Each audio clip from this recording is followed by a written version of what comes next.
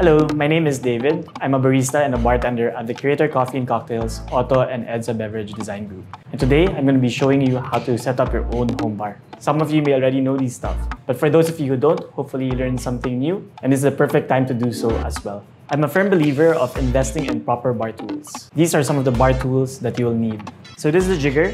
Each of them have different measurements. This is what we use in measuring the liquids that we put into the cocktails. This is a Boston shaker.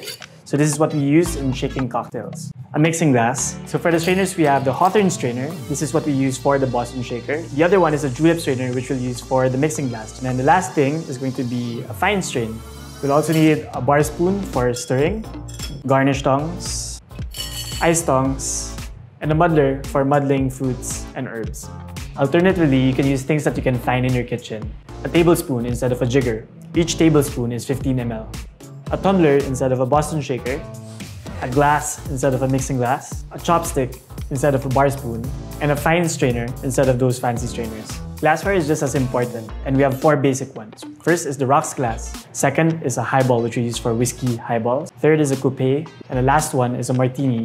When making cocktails, you need quality spirits. In this case, we have the Chivas Regal 12. Just to tell you a little bit about this Scotch whiskey, one, it's got to be made with 51% or more malted barley.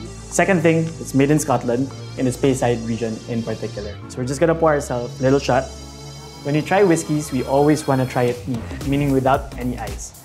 We're gonna give it a good swirl, smell the bouquet, and in this case, I smell oak. We get some sweetness and some fruitiness. After you've assembled your home bar, one of the easiest cocktails to make is an old-fashioned. So for this, we'll be needing our mixing glass. We're gonna pour 60 ml of Chivas Regal 12. We're gonna pour 5 ml of simple syrup. And we're gonna put 3 dashes of Angostura bitters. We're gonna fill this with some ice. And we're gonna give it a good stir.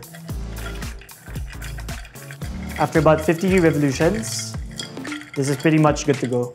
Fill the glass with ice. Julep strainer to strain the liquid out. And then we're gonna garnish this with an orange peel. And there you have it, an old-fashioned. That's about it. I hope you learned something new and that it brings you closer to the home bar of your dreams. These days, we could all use a drink at home, and it just makes it so much more satisfying to have a well-stocked bar at home. Cheers, guys!